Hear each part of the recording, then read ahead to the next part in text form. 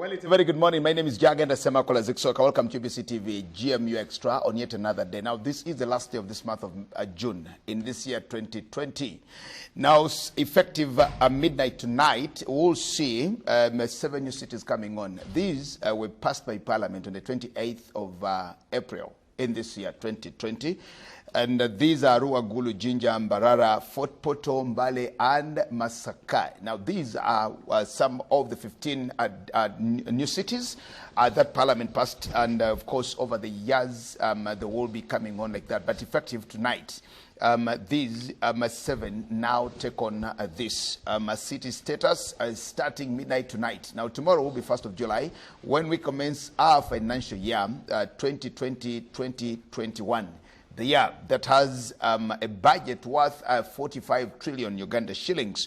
And that's what we are. And remember that yet again tomorrow, we again kickstart our third national development plan, ending our second national development plan tonight and starting another journey again tomorrow. Now, tomorrow or this day and tomorrow are very crucial days in our country because the financial ends today and another year starts tomorrow. Now, today we end a number of things and we start good new things again tomorrow. 313 members of parliament passed these cities, and 312 of those voted yes. Only one, Honorable Sarah Opendi, dissented and said she was not for the city statuses and other things. Now, from all those things, this morning with me in studios is a motivational life coach, Jonathan Light, from the Jonathan Light Limited, with me here to discuss and talk about strategy and vision in times of crisis. You're very welcome, Jonathan. Thank you, Mr. Jagenda. It's an honor to be here. Thank you so much for joining me and for being with me in studio this morning. Now, we talk about vision and strategy in times of crisis, like we are now in times of crisis. Let's first start by explaining what vision is to our viewers. Wonderful. Thank you so much. This is a very wonderful topic, and I believe that the viewers there are going to receive knowledge extensively. I'm Jonathan Light, a life development coach, founder of Jonathan Light Limited, the life coaching company, and I'm really honored to be here. One thing before I even go into defining what vision is, I want you to know that when we talk about the school of success, where all of us are finding, feeling the crisis and feeling the heat on the COVID-19 pandemic, the world does not care about the best, but it cares about the fast. And what we're going to share with you is going to help you stimulate speed so that you can be able to attain whatever you wanted to attain in the year 2020. Now, what is vision? Vision is what gives direction in life. The reason today people are confused, you know, since the lockdown, I've been interacting with a lot of people, online, phone calls, and people are really confused. People don't know what is next and so forth and so on. But the number one procure for that is simply lack of vision. So if you don't have a vision, you lack direction in life. Not everybody is lamenting and languishing, you know, unsettled in the level of impoverishment. No. There are certain people who kept on business, kept on working. They changed few strategies, you know, but the goal was the same. And life is thriving for them. But what drives a person to the right direction is vision. No matter how you run speed in a wrong direction, you never reach your destination. It's a very key thing. Another thing you have to understand about vision, vision is not what you see when you sleep, but it's what you see that does not allow you to sleep. If I pose a question, is there anything within you, infused and imbibed within you, that can't give you rest until you attain it? Very many people have given up on this year simply because of this crisis. And by the way, you need to know that whenever crisis hits, you know, it is to the advantage of those who are running with a vision. So the role of vision in times of crisis is a very key thing and very important thing. If you want to be left at the bottom as everyone else, then, you know, be void of a vision. If you want to catch up if you have a vision, then you will thrive. You know, you accelerate to the peak of your success. So at the moment, I could give those definitions, but also a vision is what defines a feat of accomplishment in life. That is what defines a feat of accomplishment in life. You know, we're all human beings, and let me tell you something, we are on this earth given equal measures. But what differentiates us in performance and delivery is simply the kind of vision we are running. You get me? So if you want to be at the level of those you admire and desire to be at, look at the kind of vision you are running. Another point you need to understand is that if you are running a vision that is not bigger than you, it's not worth running. Okay. Well, I think I thank you so much for those definitions of what a vision is. And I think our viewers this morning now know where we are destined to. So true. I want us to, first of all, move from an individual and get to the bigger picture. So true. Africa has a dream or a vision of 2063. Uganda has a vision of 2040. East Africa has a vision of 2030. And now these are all visions that our countries, our continents, our regions do actually have to achieve. What are they doing right? To start with, what is the importance of Uganda having a vision 2040? What's the importance of Africa's vision 2063? What's East Africa's? What's the importance of East Africa's vision? To just know why it is actually important for either an individual, a community, a country, a continent to have a vision. Now, when we talk about vision, continent-wise, East African and country-wise, you can never carry out a vision and accomplish it if you've not prepared the people. When we come down to economies, building a great country, all these are built by the people. If you have fuzzy and lazy people within your country or on the continent, then whatsoever vision you are trying to run will end up as a myth. We have seen very many things, very many great ideas being spoken by our leaders on the continent, in the region, East Africa, and the country today, but they have not yet, we haven't seen them manifest. Let me tell you something, as a vision bearer, I talk to the leaders, as a vision bearer, sometimes you could be right, but then the people you have around to carry on the vision, they are not prepared for it. So all you need to do, it's a two-way effort. The leaders need to prepare the people for the vision. You get it? The Ugandan vision is, I say 2040, the African vision and the region vision. Prepare the people for the vision. And also the people take the initiative to understand that if you're not ready for it, other people will come and take it away. Recently I had a discussion beginning there with a certain friend of mine in West Africa. Then we're discussing and I asked him a question. I always ask myself a question. When you board a plane coming from Europe to Africa, the biggest number of passengers on that plane, they're whites. Why do they frequently come to Africa? What's the reason? You get it?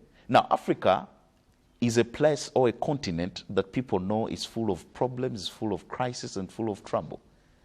And where there is crisis and problem, that is where money is. That is where development is. You can never advance if you have no solution to give to a certain problem. You can never advance if you've not positioned yourself to give a solution to the people who are crying and people who are in desperation. So that is why those guys keep frequenting here, because they see an opportunity. Amidst the crisis. Amidst the crisis. So as a continent, as a region, East Africa, as Ugandans, as the citizens, let's take it, let's take it upon us to position ourselves to be ready for whatsoever vision our leaders, the president and the country is fronting towards us. Position yourself, get fit into it, then you will enjoy whatsoever is coming thereof. Then what needs to be done, because I'm seeing as yes, you need to prepare the people. When the people don't have visions, then that country is actually doomed. So but true. the country has crafted its own vision. Now we talk about the Vision 2040 of Uganda, for example. Now that's the desire. That's where we all want to be.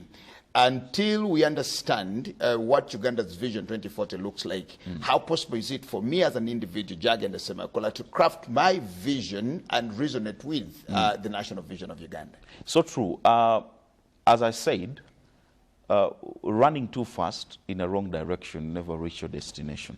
Now, this is it. You can never craft a vision. Oh, the country or the leaders can never craft a vision that cannot rhyme With the people's with the visions. people's visions, or cannot rhyme with the situation or the circumstances or the environment created for the people to be part and parcel of it. That is number one. But also, as an individual, you cannot craft a vision that cannot be facilitated in the environment you are into. You get what I'm saying? Let me give you an example. Everything is possible. But if you say, my vision is to, to invent the first plane or aircraft Uganda has ever had, it may take you years or decades to get that.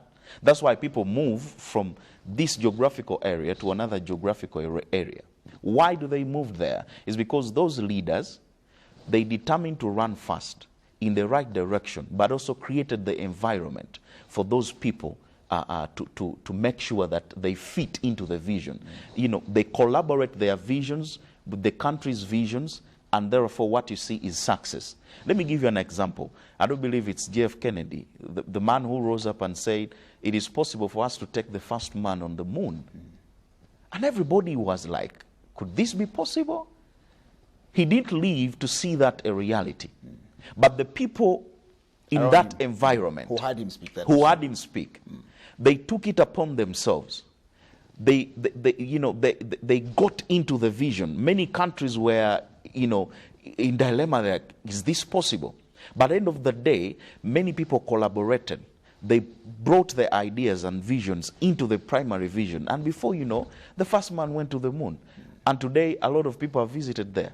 So that's what we're trying to talk about. Yes. And then what is now the importance of having a clear vision, be it at individual level or national level? Very true. One, the importance of having a clear vision, it will help you to finance your venture. If your vision is clear. If it's clear. When we talk about financing your venture as a coach, most of the people maybe think of dollars, pounds, the liquid cash and, how much you have on the account and all that. But I always tell people money is the end process of it all. However much you borrow as an individual, as a continent, as a country, and you don't understand this concept, whatever you get, when I come to you, I have an idea and you give me the money, I can blow it if you don't understand this. Now, what do you have to understand in financing your venture? Number one, you have to understand your partnerships. You get? What are the kind of people are you collaborating with in the kind of thing you're trying to run, your vision? What are those kind of people you're collaborating with? You need to have partnerships. There are very many people who have what you need, and at the moment, they're not even using it. And they are willing to give it to you probably at a free cost or at a negotiable understanding. So it's very important. You need to understand how you how to finance your venture. That is your vision, your idea. And the number one point there we talked about is the partnerships. And number two there is when you have a clear vision, it will transform your passion into a career. Now, passion is what people really like. They give their best. That is good.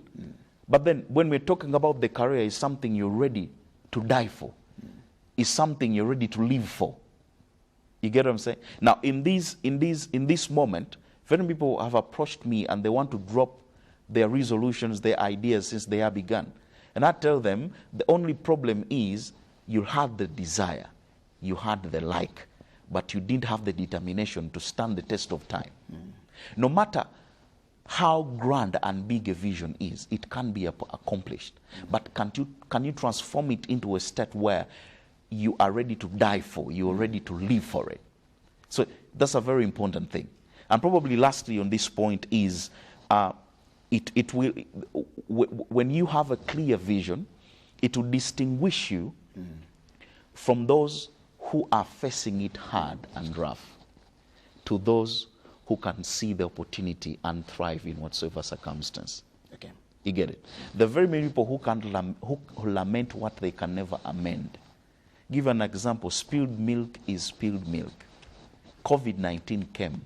it was not something anticipated by anybody. It's something that took us by storm.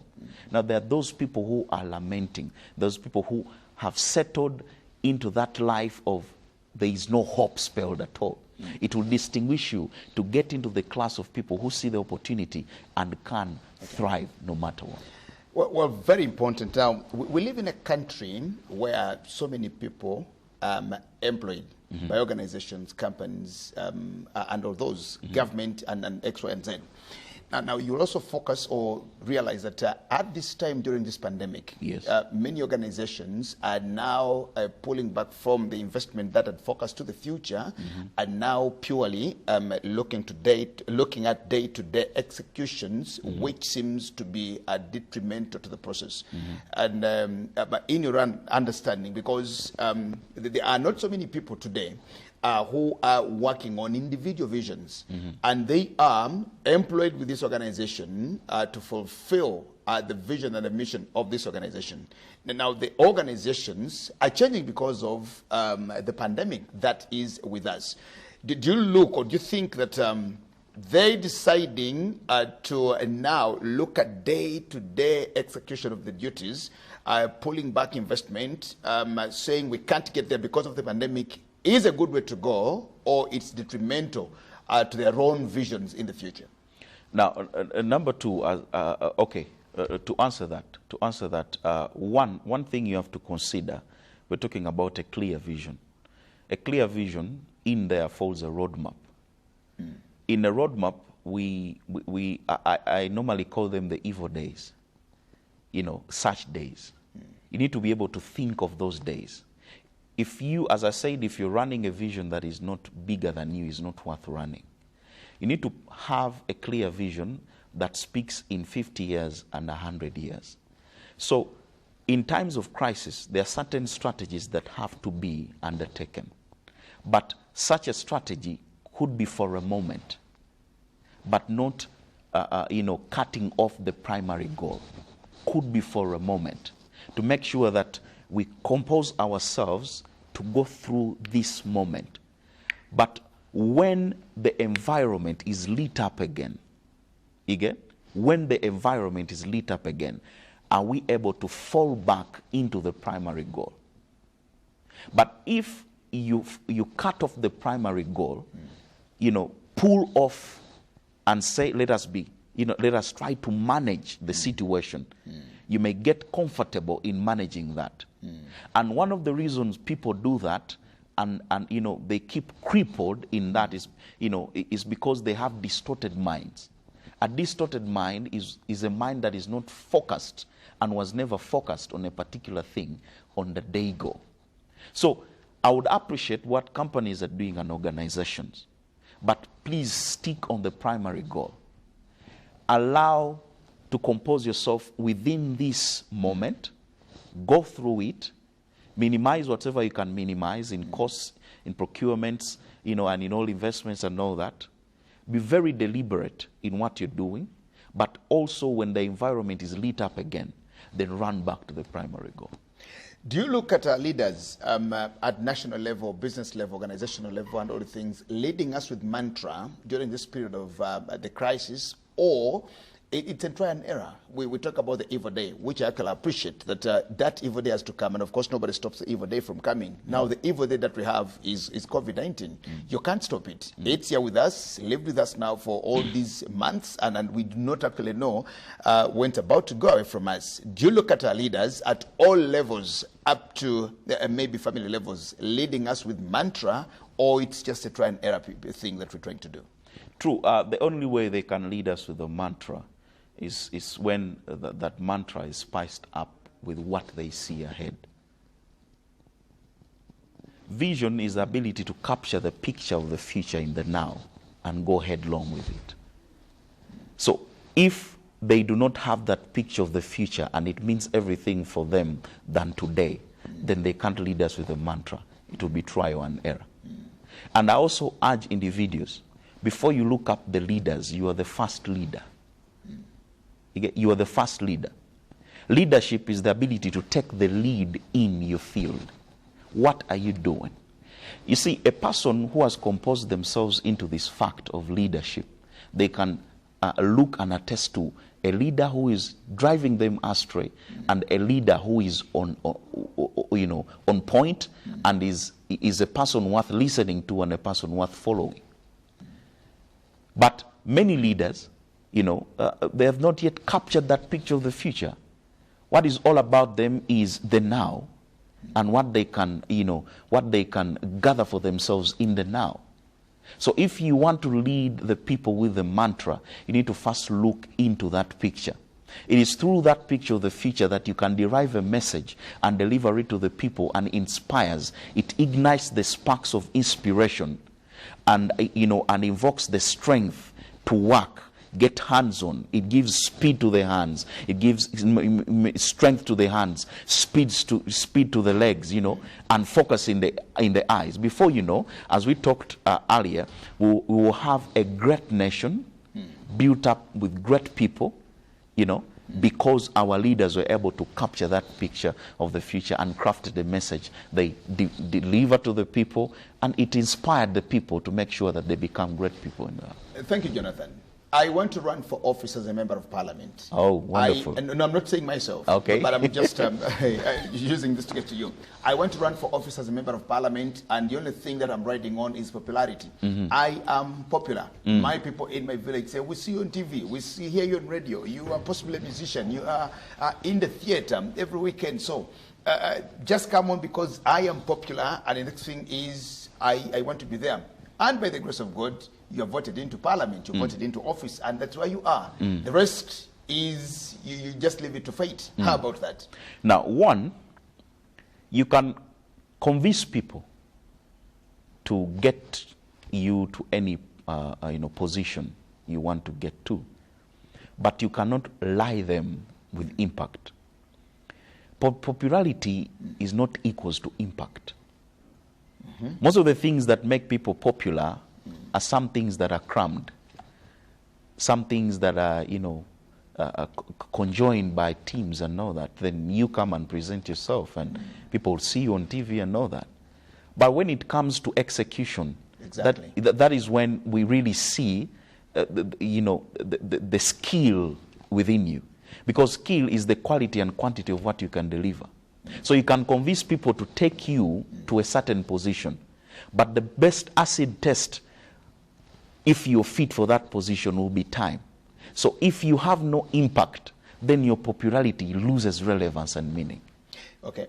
Do I have to have a personal vision if I'm running as a member of parliament for Uganda People's Congress? If I have a party which has got its own vision. So true. I am running for parliament as a member of the NRM, a member of the Democratic Party, a member of the FDC. Do I have to have a personal vision?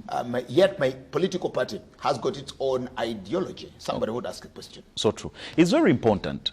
You see, if you get into any organization, political party whatsoever, they have their own ideologies and vision, and you devote your best to run that organization's vision without understanding where you come from and where you're going, as an individual, you get lost in the middle, amidst whatsoever activity you're doing.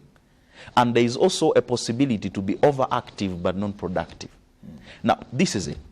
As an individual, it is very key and important for you to have your own personal vision, because that is where your relevance stems from. That is where the message, your individual message, gains relevance, and you can be able to fuse it in an organization's vision, political party ideology, and it makes you an exceptional person. That is very important. There is no way you can be of a great person on the earth if you miss out to understand who you are, what you're meant to do, where you're coming from, and where you are going. How about coming to an organization like Uganda Broadcasting Corporation here, for example? You are employed, given a job, and the only thing that you are preoccupied with is the personal vision. Jagenda Semakula, this is my vision, this is where I see myself in the next 20, 30, 40 years. And I am not mindful about UBC's vision. How about that? You come because you are preoccupied with your own personal vision, and the rest doesn't concern you. Mm-hmm. Now, that is a very good question. Let me start it this way. You see, we're in the lockdown, and everybody is crying to be freed. We are tired of homes. Why are they doing so? Lift the lockdown. Lift the lockdown. Why? Let's be free. Let's get back to normal. Yes, everybody, even me, it's the same thing, you know. It's tiring to be there. Yes. Why is humanity crying for that? Humanity is designed for two things: interaction and transaction. You get what I'm saying?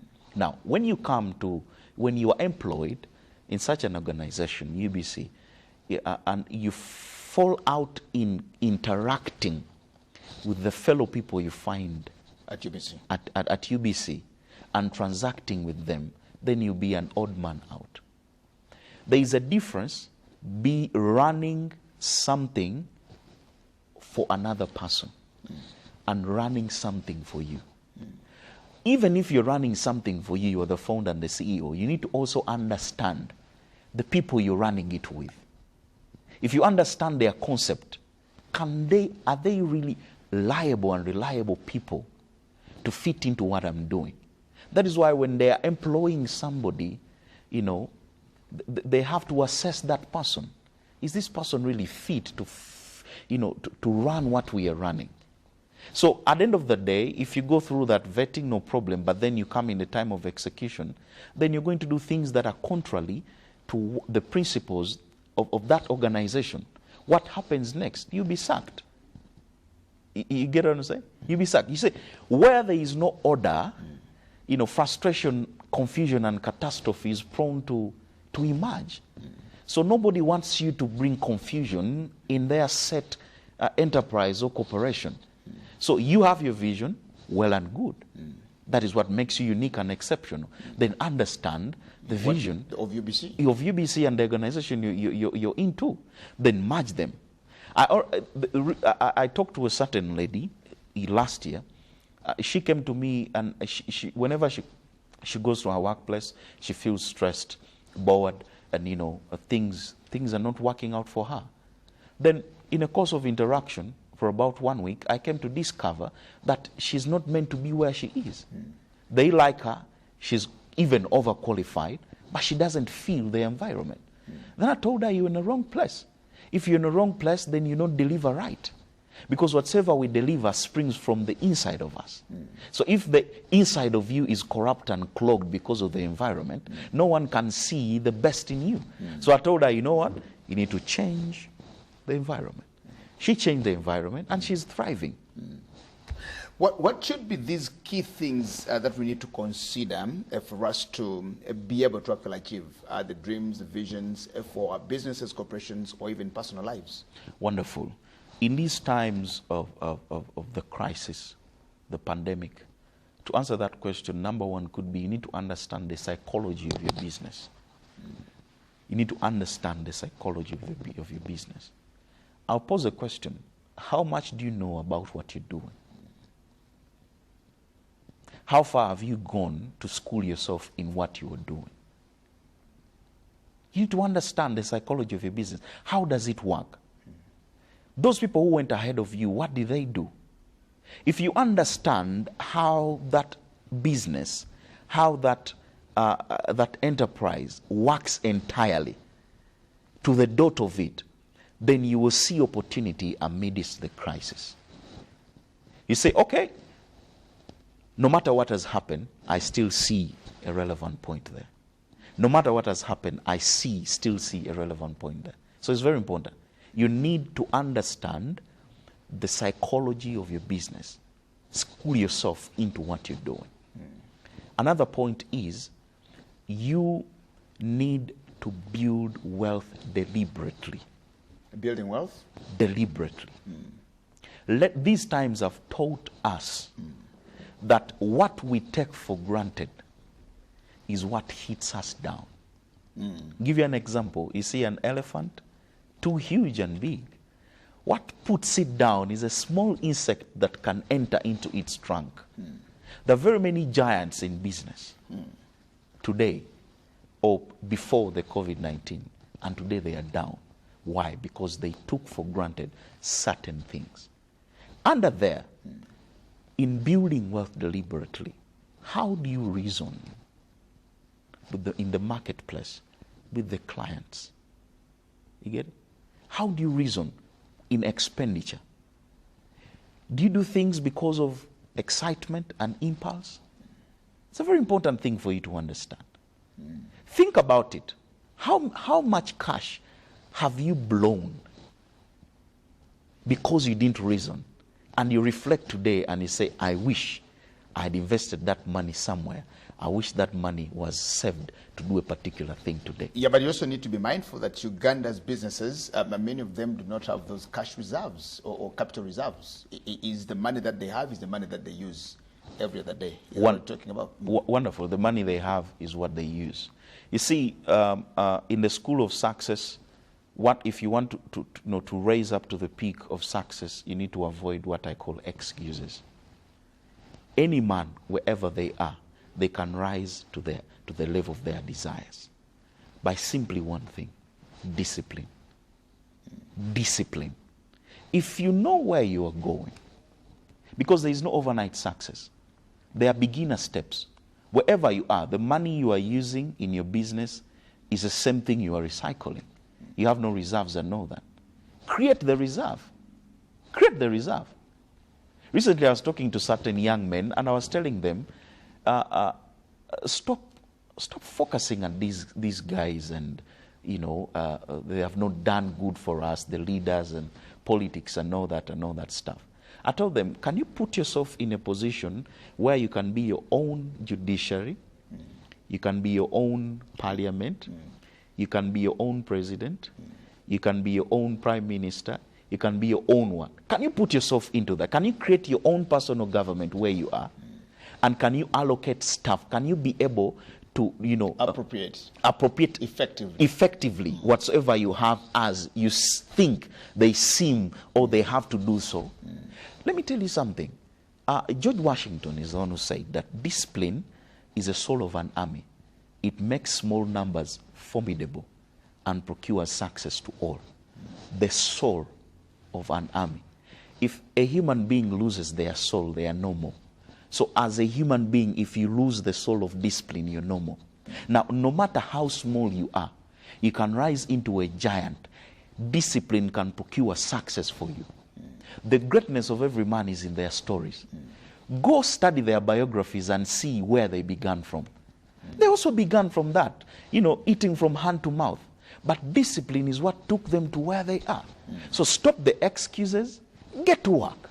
It's very important. Stop the excuses and get to work. Build wealth deliberately. You talked about the other, which was studying the psychology of your business. Yes, study the psychology of your business. Any other? Yes, another point could be you need to understand the mindset of your clients. Understand the mindset of your clients. How do they think about you? Yes. Right now, in this time, I tell people marketing is the ability to tap into the emotions of a person, show them why they need to buy from you, and the repercussions if they don't buy from you. You need to understand the mindset of the clients. When crisis hit, new trends emerge. People are feeling differently, therefore they want to be sold to differently. People are feeling differently, therefore they want to be approached differently. Don't go in the usual style. Don't approach things in the usual style. In unusual days. Wonderful, I like that. In unusual days, yes. In unusual days. Don't do that. Be pliable, like clay in the hands of a potter. Be flexible, but still on the same goal. You see, a potter could be having an idea of making up, a water pot. He makes it up, reached to a level where it's like perfect. No, it's not perfect. He hits the thing. That's another way. Break it and he breaks remodel. It and remodel it. That's what we're talking about. Understand your clients. What mood are they into? How do I need to approach them? Which language? Which idea? How are we meant to rebrand such that we fall into the mindset and the emotions of our clients? I do believe that will be key things to consider if you need to revive your business and your lifestyle post-COVID. Well, I want to thank you, but before we go and before I give you my parting shot here is, do you look at us or do you see us emerge out of this crisis victorious than before, or much more worse than we were actually before, as Ugandans? Very absolute. I'm advocating for this, even here on TV, that as Ugandans, we need to emerge from this crisis very victorious. How? When we have rebranded ourselves from the inside out. Let us go back into the original play with new dynamic skills. I always tell people, it is good I stay put for 6 months in planning and strategizing. There's a saying that goes, if you fail to plan, you have planned to fail. This time, coming to 4 months into the lockdown, things are not yet normal again. What are you doing? What are you planning? What are you planning? What are those strategies? What skills are you, equipping yourself with? Coming back victorious is not how the economy is thriving at the moment, but how are we determined to grow the economy even more than it was before COVID came. So it's very possible. It's very possible. We are the people who determine how our environment should be. We are individually. Your family man, you determine how that could be. You determine. So let us have this mindset. Let us wake up, have this awareness, equip ourselves. When we get back to the normal play, let us take the world by surprise. I am a church goer and a very practical Christian myself. Could you please just give a message to church leaders, pastors, the clergy out there who possibly think that it's going to be normal business as it was before COVID came into the country? Wow, wonderful. No matter what you do, you're a clergyman, you need to understand that we are one people on one earth. Different activities, different callings, probably I would say different anointings. Everything can change, but what remains is the human race.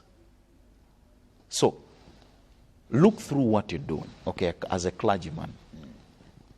Get into the manual of life, which is the Bible. What is the message that God is delivering to you to lead the people into? To deliver to the people? How are you leading them from where they are right now to their primary goal, that is their destination? It's very important. Things must not and are not and should not be the same the way they were. If you go back to history, these pandemics normally happen, close to a century, after a century. And when they happen, a new world order emerges. People of God, men of God, clergymen, you yourself, get to understand the new world order.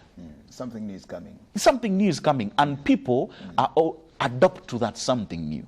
If you fail to adopt to that something new, we shall see you as early man. You remember those SST, social studies teachings and all that. Zinjanthropus and all that stuff. We will see you that, but you need to understand. That's why I said, understand the psychology of your business and also understand the psychology of what you do. How is this thing meant to run? How is it meant to be taken over from here? What things do I need to change? How do we need to do things? How do we need to handle the people in the ministry, in the church, and so forth and so on? That could be my message, particularly to the clergymen. And we appreciate you because without you guys, the country goes astray. The reason why we come to the churches to congregate is, to be directed afresh, to drink fresh waters.